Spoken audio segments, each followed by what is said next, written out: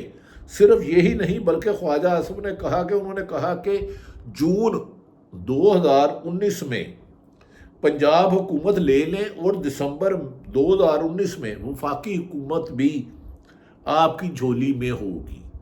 اس کا مطلب ہے انہیں عوام کے، مسلم لیگ نون کو مینڈیٹ پہ اعتبار نہیں، ووٹروں پر اعتبار نہیں، آپ پر اعتبار نہیں، 25-24 کروڑ عوام پر نہیں، صرف چور دروازوں سے اقتدار میں آنا۔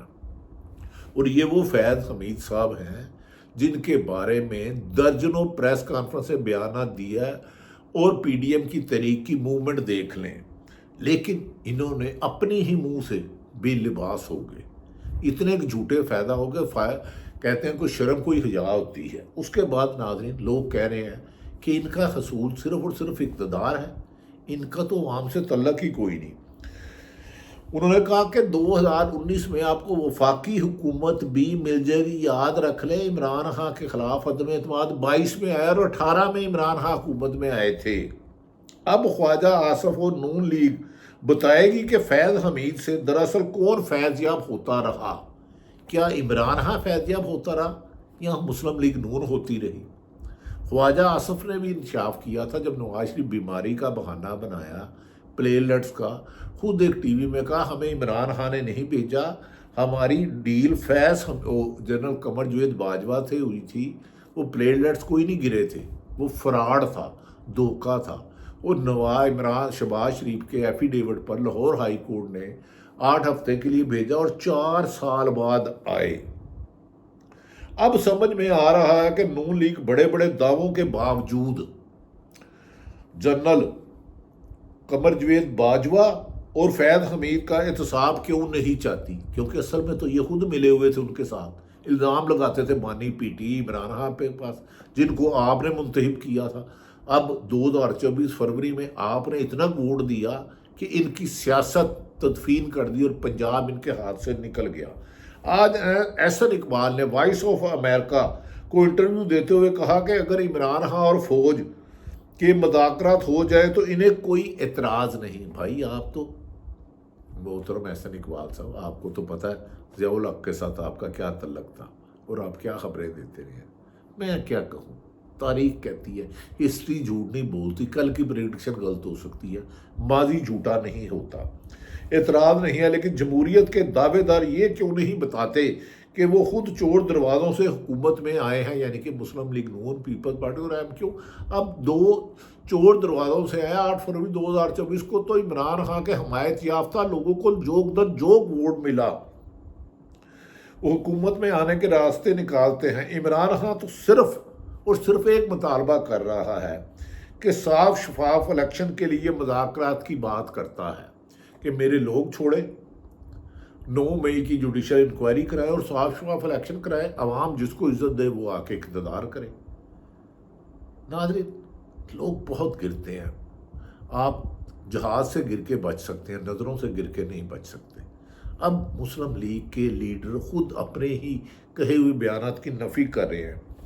اب عمران خان کا تو اتنی ڈیمانڈ ہے کہ صاف شفاف الیکشن کرائیں اگر ملک کو بحران سے نکالنا ہے، لیکن نون لیگ کو معلوم ہے کہ اگر اس نقطے پر مذاکرات ہوئے، کیونکہ عمران خان نے کہا نا میں نے ڈیل لینی ہے، نا ڈیل مذاکرات ہوئے، اگر اسے مذاکرات ہوئے تو پھر ان کی سیاست سے صفایا ہو جائے گا، کیونکہ ہمیشہ ڈکٹیٹروں سے ڈیل تو ان کی ماضی رہا، ان کا حال ہے، ان کا ماضی ہے، حال ہے، اور مستقبل بھی ان کا ڈیل پہ ہے، پیسہ یا ڈیل۔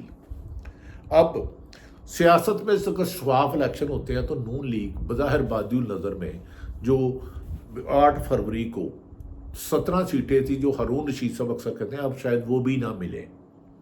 کاشف عباسی نے اس لیے مسلم لیگ نون کے رہنما سے کہا آپ یہ حلف دے دیں کہ آپ کی 20 سے زیادہ سیٹیں ہیں وہ مسلم لیگ نون کا ہارا ہوا ہے، میں نے وہ بھی نہیں حلف دے سکا۔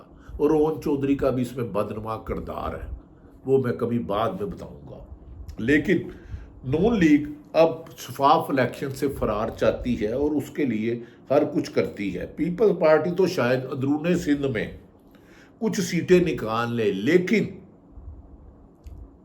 لیکن بچی کچھ ہی نون لیگ کا حال اب کاف لیگ سے زیادہ بدتر ہوگا اگر الیکشن صاف شفاف ہوتے ہیں اور عمران خان کو 2/3 میجورٹی سے بھی کئی گنا زیادہ ووٹ آپ لوگ دیں گے، عوام دے گی۔ لیکن تو رکاوٹ بنے گی۔ ناظرین دوسری طرف یہ بھی کہہ رہے ہیں کہ عمران خان نے اب حکومت کے پلے کچھ نہیں چھوڑا۔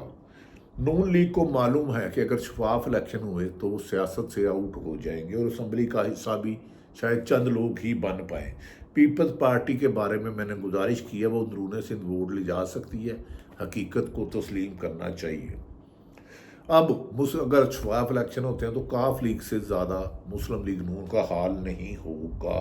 عمران خان کے نام سے ان کو اتنا خوف آتا ہے کہ برطانوی صحافت عمران خان کے نام سے اتنے خوف زدہ ہے، پوری مسلم لیگ نون اتنی خوف زدہ ہے کہ برطانوی صحافی عمران خان سے ملاقات کی اجازت نہیں دی گئی۔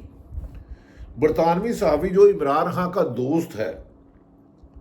دوست بھی ہے، اس نے اڈیالہ جیل میں ملاقات کی درخواست کی تو حکومت نے اس کا ویزا ہی منسوخ کر دیا۔ درخواست دینے کی اجازت ہے، وہ بھائی کا پرانا دوست مل لے گا تو کیا کر لے گا؟ اڈیالہ جیل میں سب کچھ بگ ہوتا ہے، فرش بھی بگ ہے، دیواریں بھی بگ ہے، ہر چیز تو آپ سنتے ہو اور خود عمران خان کہتے ہیں کون سنتا ہے۔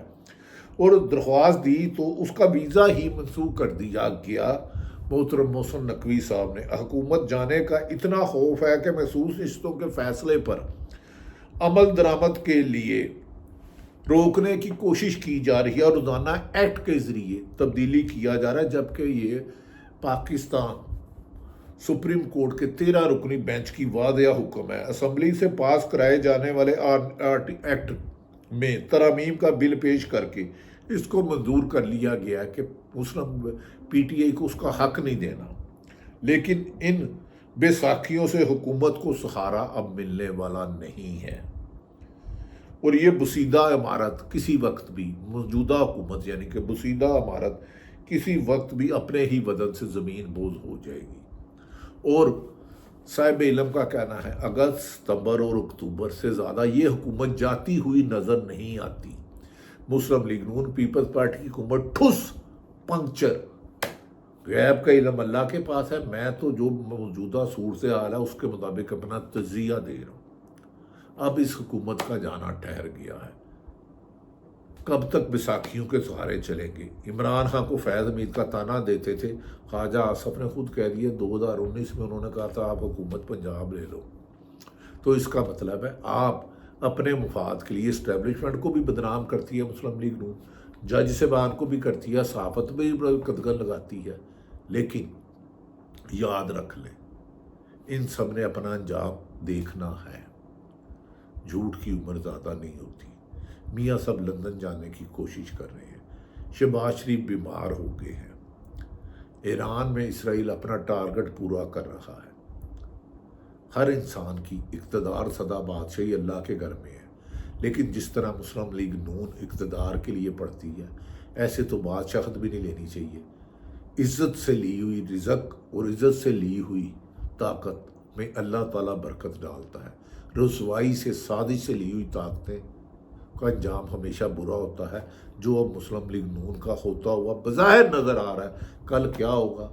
لہذا اب مسلم لیگ نون ایکسپوز ہو چکی ہے فیض حمید کے ایشو پر کہ وہ نواز عمران خان کا خاص تھا، نہیں، وہ تو انہیں فیور دیتا رہا، وقت کرتا جو وفا۔